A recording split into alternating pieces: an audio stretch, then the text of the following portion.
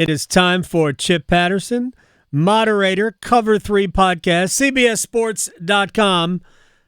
Chip Patterson, we're going to talk about SEC Media Day. We're a week away from, at least I'm going down a week from tomorrow for ACC Media Day. I don't know if you're going to be in Charlotte or not. If you are, we'll chat. Before I get to stuff I want to talk about, I saw a list of college football-centric podcasts, and I saw Cover 3 on top of that list. I don't know if it was done alphabetically or not. I really don't. I didn't get a chance to delve into it, but in my view, it was ranked in order of quality.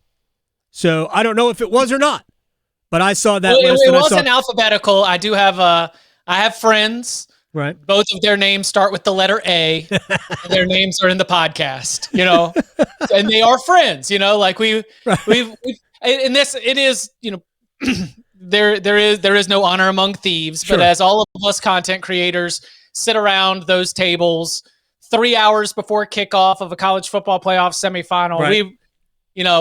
We all go around. It's like, yeah, I mean, like I listen to all you guys, and I'm like, I don't listen to any of you guys. But they are all friends. But yeah, I say without any bluster and only slight amounts of arrogance, I truly believe that the Cover 3 podcast, especially the growth that we've had over the last 5 years, continuing to podcast through the pandemic and get creative and continue to podcast 12 months a year.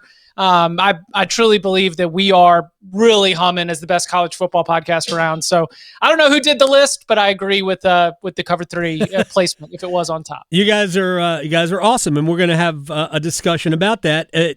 Probably second or third thing I'm going to bring up. I want to bring up Kirby Smart from SEC Media Day. I guess he spoke yesterday. Mm-hmm. And there were a lot of things he said. He talked about roster building. This one thing that bothered me initially, but then I went, you know what? He would know better than I. He says that players are too comfortable today. It's hard to get the most out of players when they have just received NIL money. What did you make anything of those comments? And if so, what did you make of them? Well, here's immediately where my mind goes, because this is part of a larger conversation about the schools at the tippy top, mm-hmm. where all of the other competition for these players, they've all got money. Right. I was listening to a power conference position coach, an offensive line coach, mm-hmm. who was even going out and saying, like, look, we all have money. Relationships still matter. There's a cynical, nihilistic view of the NIL era that's right. Like, well, it's just all about the paychecks. And what we are hearing from coaches is that the players who are only chasing money, those aren't going to be the kind of players that help you win championships. Right. Those are not going to be good teammates in the locker room. Those are not going to be, and this was an offensive line coach, like, where do you need more pick your brother up than on the offensive line? And so relationships still matter, and maybe matter even more. Figuring out what makes a guy tick has always mattered and might matter even more. And so when Kirby Smart was talking about, if you're all about the money, we don't want you, he's right. Because Georgia's not in the go 9-3. Right. With who's this is not about Mike Elko, who you and I both love, mm-hmm. but Texas A&M has had talent forever. Texas, as they were going 8-4 forever with 5-star talent, didn't quite have it. Now Steve Sarkisian, he's been to the college football playoff semifinals, the Final Four 2 years in a row. He's knocking on the door because he's not just getting the same kind of 4 or 5-star talent, but he's getting the right kind of 4 stars and 5 stars. But what you just pointed out about the Kirby Smart thing takes me back to a comment that I heard from Marlon Humphrey, former Alabama Crimson Tide defensive back, mm-hmm. plays, I believe, for the Ravens, right? Yep. Okay.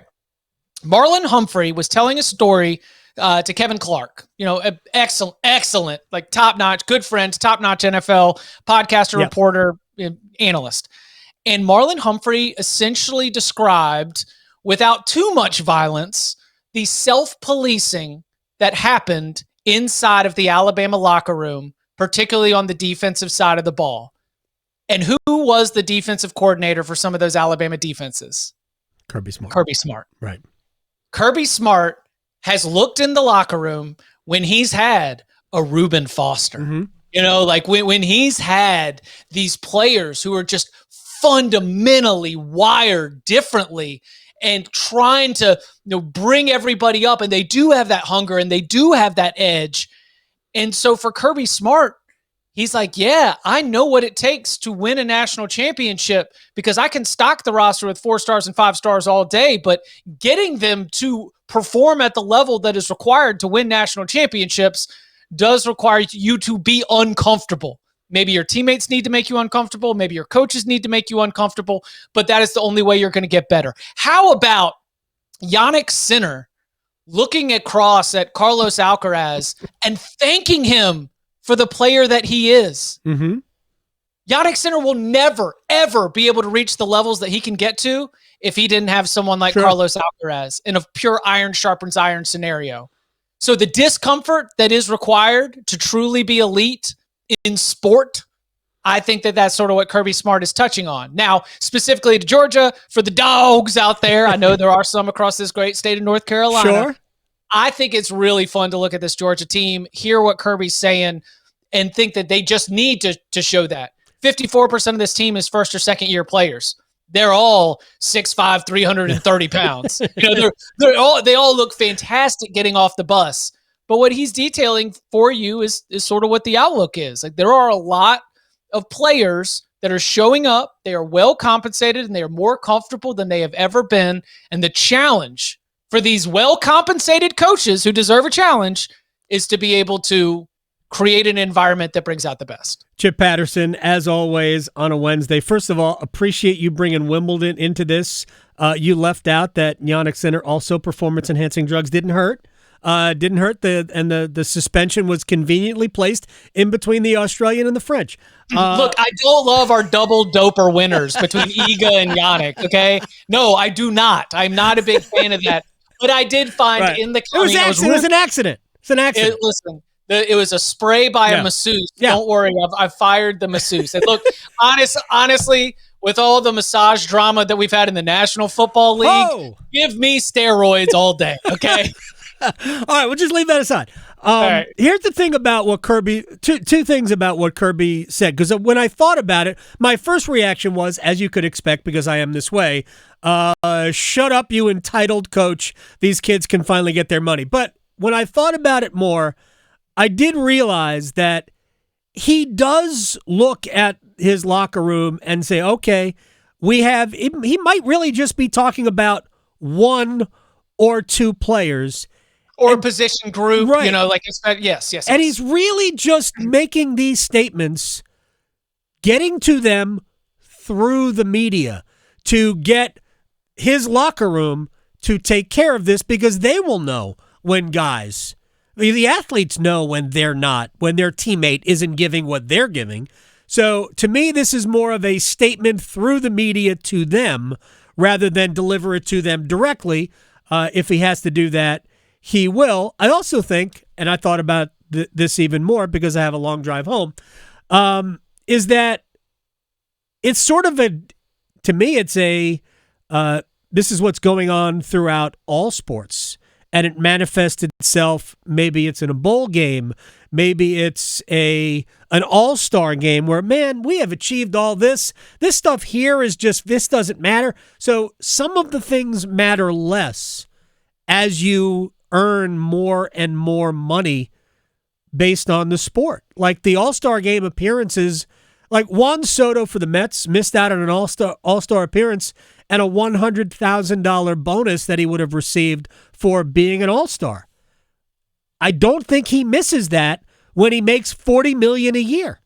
So it's not as big a deal. But if you go back 20 years when people weren't making that, then the $25,000 that you made, probably a lot more than 20 years, by the way.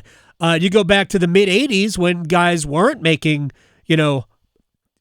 $25 million a year, then those things mattered a lot more, and it just created maybe more hunger. But I ultimately understood where Kirby Smart was coming from. Let me just ask specifically about Georgia. Are they one of those? Are they a national championship? Maybe we got 4 or 5 of the really top echelon teams. Are they one of those 4 or 5 this year? Yeah, 100%. It's as I see it. You run it down. You go Texas, Georgia, Alabama. You go Ohio State, Penn State, Oregon, and you go the Clemson Tigers. And maybe you could make room for one more. Maybe. Mm-hmm. But I think that's your group. The thing that's so interesting about that is I just gave you 7 teams. Yeah. 5 of them have new starting quarterbacks. Only Clemson. And Penn State. Yeah. It's so fun. It is like we're setting it up for such a fall. For someone in my position, it is incredibly fun to look out and feel very confident in a group like that sort of have everything laid out, but massive question marks for most of them at the most important position on the field. Yeah, I feel like we had Eric McLean from the ACC Network on a couple of weeks ago. It feels like we are setting Clemson up to fail. Nope. That's a loser's mentality. Well, I went to Maryland, so yeah, to me, the thing that is so exciting is Trevor Lawrence was on Pardon My Take podcast, and he gave a lot of awesome insight to Dabo that didn't tell me anything new. Right. But I was glad that someone from his position, and I think Trevor does a good job talking about stuff. I don't know how much I have not heard. Yeah. You've had in your world, but I think he does a really good job of laying stuff out. He talked about what a great job, because he even said, look, Coach Sweeney, he was never a coordinator. He went straight from position coach to interim to head coach. He's not really an X's and O's guy. No, he is all about the master motivator. Yep. He is all about getting into you and getting into your head. He said, our team meetings used to last forever. And as somebody who's been outside the locker room in Death Valley waiting for the locker room to open, I can attest it goes on forever. But he said, he would hold our attention the whole time. And he said, we had good, Trevor talking, we had good teams, and he would have us believing that nobody believes in us. Great at instilling the chip on the shoulder. So Clemson actually does its own media day before ACC media days. And then it's been going on this week. And Dabo Sweeney comes out. He's like, yeah, I hear all y'all talking about, first round talent on our defensive side. I mean, Citadel ran for 300 yards against us. We couldn't tackle Lenoris Sellers in the loss to South Carolina. So-and-so ran for 80 yards on us. Like he is in the type of form that tells me he knows he has a team that can win a national championship. Tom Allen, the new defensive coordinator who comes over from Penn State, which had one of the best defenses in the country. Tom Allen talks about just like, this group's talented, but they were poor on their fundamentals. And do you know what Dabo Sweeney described Tom Allen as? A bowling ball of butcher knives around the practice field. I'm just telling you, there's just so much to chew on where if Cade just doesn't look like the scared deer that he was against Georgia in last year's season opener when LSU comes to town. And listen, LSU's defense is not in the same planetary system as Georgia. So it shouldn't be an issue. Right. But if Cade can just get off to a more confident start at the beginning of the season, I see it. If Clemson wins that opener against LSU, then they'll have a chance to be playing deep into the playoff. Is the basketball player turned tight end Ira Shiflin, is he going to be any good? Or no? I don't think that he is an important piece of He's a not projection. Necessary. Yeah, I don't think he is an important piece of the projection for Clemson in terms of winning the biggest games of the season. Gotcha. So he's an additive. He would be just like a bonus for the Tigers program. Chip Patterson is joining us, CBSSports.com, Cover 3 podcast, best college football podcast on earth. let me get to, because I listened to the episode recently where Tom Fornelli unveiled his perfect college football playoff format. And while there were some things that I'm not crazy about it, it actually on the whole it was pretty good. And I dug the fact that he put a cap, which will no conferences. I think the Big Ten might do it, and maybe the ACC or the SEC might, or the Big 12 would agree to that. But so I want to direct people to that episode, which was, I believe, late last week, if I'm not mistaken. I thought it was fascinating. I loved it. And I loved the fact that you guys started with it, so I didn't have to wait like 30 minutes in. Right. But I didn't. I thought that was an outstanding episode, so cover 3. The other also on there, I think, is the most born on third base coaches in college football. I have that written down too. So I'm not trying to steal from the Cover 3 podcast here. Because that is good. Like Tom unveiling his plan, he wrote a great piece. And one of the things that we're trying to do on the podcast is, for those, like Tom and I write a lot. Yeah. Let's like bring some of those discussions to the podcast. But exactly. Yeah, who's the most bored on third base coach? That's a podcast. We're gonna I want to bring that up because I think it was absolutely awesome. Yeah. And we also have the other end of that spectrum too we can get to. But what do you think is ultimately going to happen here? Because I know people think, well, the deadline is December 1st, and maybe that's an artificial deadline. Who knows? But that's going to come up pretty quickly. So what do you think ultimately is going to happen with the playoff? Do you think there's a chance that they stay status quo at 12? I'm more, after listening to Greg Sankey at SEC Media Days, I am more inclined to believe that we'll just keep and not the 12-team playoff that we had, but the 12-team playoff that we will have. Right. Where, look, if we were to use last year's rankings, then those 4 byes would have gone to the SEC champion, the Big Ten champion, the runner-up in the SEC, and the runner-up in the Big Ten. And that would have been fun. That's the way it should have been. Right. That's the way it should have been. So could I see the expansion to 16? Then yes, certainly. But I am very, very hesitant to believe that something as something like the 4-4-2-2-1-1 or 4-4-2-2-1-3. Right. I think that those are seeming less and less likely, and that what did Cranky Greg came out. All right. Cranky Greg came out. Look, you know how my feeling about Greg Sankey is that he doesn't care about the ecosystem of college football. And it's not his job to care, right? It isn't his job to. It's his job as the commissioner of the SEC to care about the SEC. Same with Tony Petitti at in the Big Ten. And I don't begrudge either of them. I think what Tony Petitti wants is hysterically bad.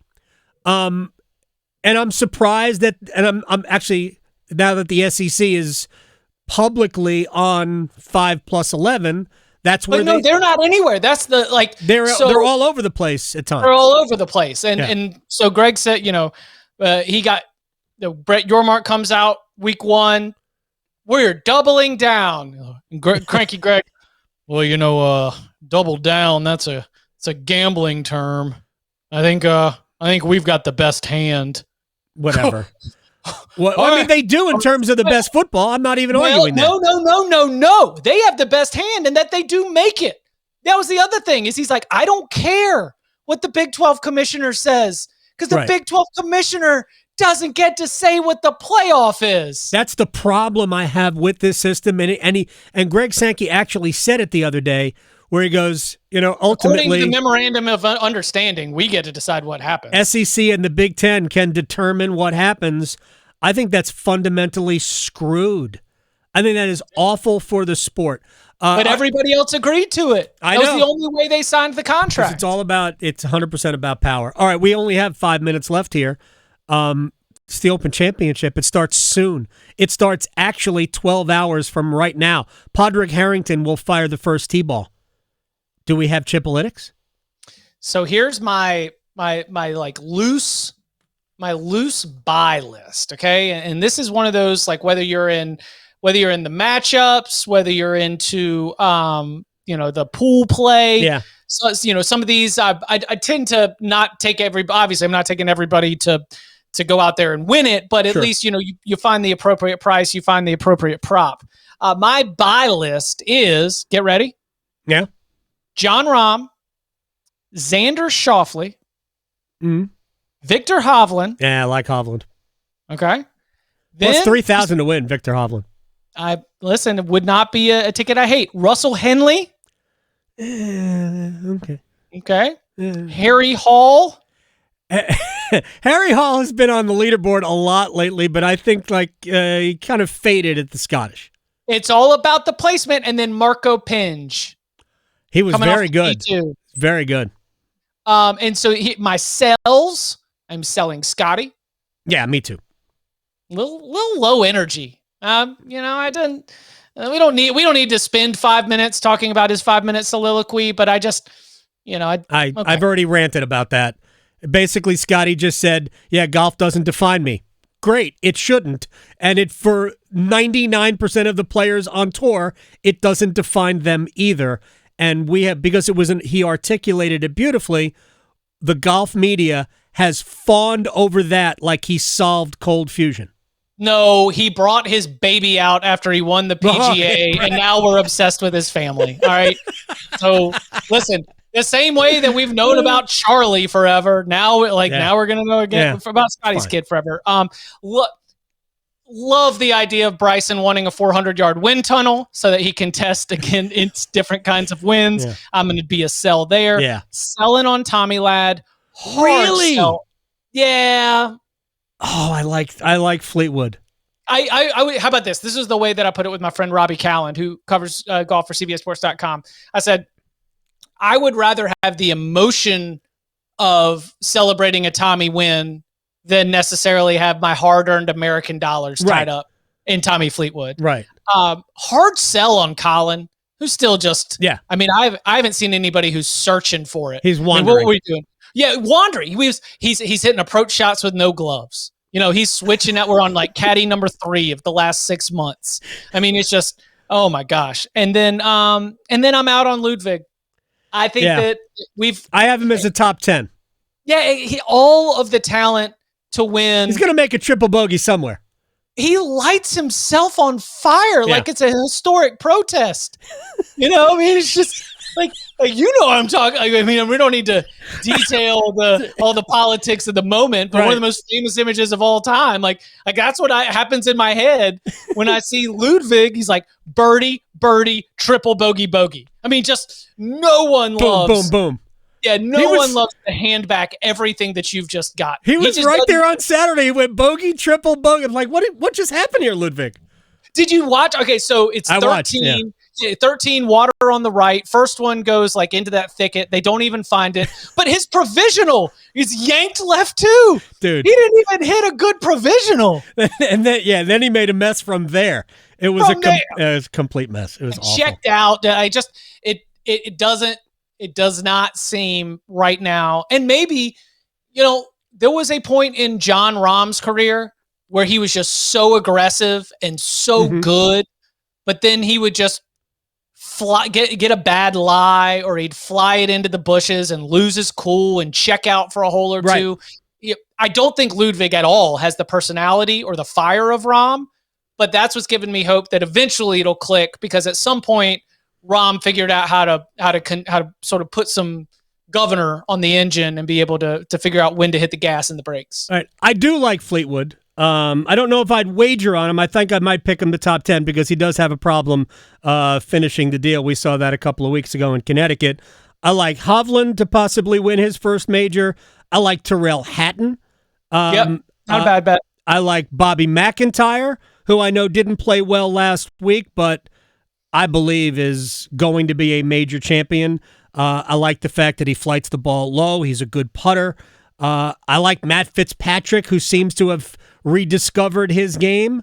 He's playing well. He bottomed out. He did.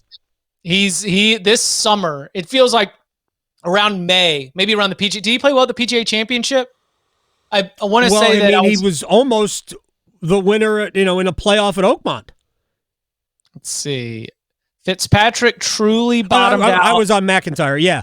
Now, Fitzpatrick has started to play well right now. I thought he was great this past week as well. He was T8 at the PGA Championship. Mm-hmm. No missed cuts since the start of May. Yeah, he was in a bad place, but now things are starting to come together for him. I like Justin Rose. I don't know if he can win. I think he'll give himself a chance. But, I don't think we can discount anybody who played the final round he played at the Masters. And, frankly, if Rory doesn't stuff it in, we might have been watching Justin Rose win his second major of his career. I still think Rose is good enough to win there. And I like Adam Scott, although maybe not to win. And actually, we talked to Jason Sobel yesterday, and he suggested a Rose-Adam Scott top 20 parlay, which would give you good value as well. But I like Justin Thomas to play well at least one day, but not good enough to win. That's good. Yeah. What an odd major championship history, Justin Thomas. It's very weird. He's too good a player to really not have to have just. It's not even just two majors. It's not even just two majors. It's not a lot of good finishes. I know. That's just He's the weirdest. Not sniffing it and at most of the other championships. And frankly, he needed players to fall apart in front of him to win both of those other majors. It was probably a major that Hideki Matsuyama should have won in Charlotte, or maybe even Kevin Kisner in Charlotte. And I don't even remember the players that were ahead of him on the leaderboard. He was like 9 shots back in the final round at one point before rallying to win at Southern Hills. What was it, 2021? 22?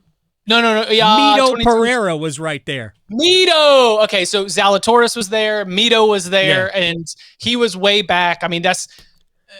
Look, great on him. I know that he was fighting through some allergies and sickness and stuff thanks to Full Swing, but if you want to talk about, I've found myself here in this spot contending for a title, who's my competition? Mito Pereira and Will Zalatoris. All right, real quick. I just don't think Justin Thomas was intimidated. Give me your winner, Chip. John Rahm. John Rahm.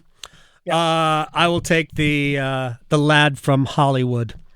I think Rory's in a good spot. I think Rory wins. We'll see. All right, man. Right. I'll see you in Charlotte. All right. No. You're not going down. Oh, you're going to the Big Ten. Big Ten Media Days in Las Vegas. I'll talk to you later. I'm gonna be out of commission for about a week. I'll talk to you in a month. Chip Patterson.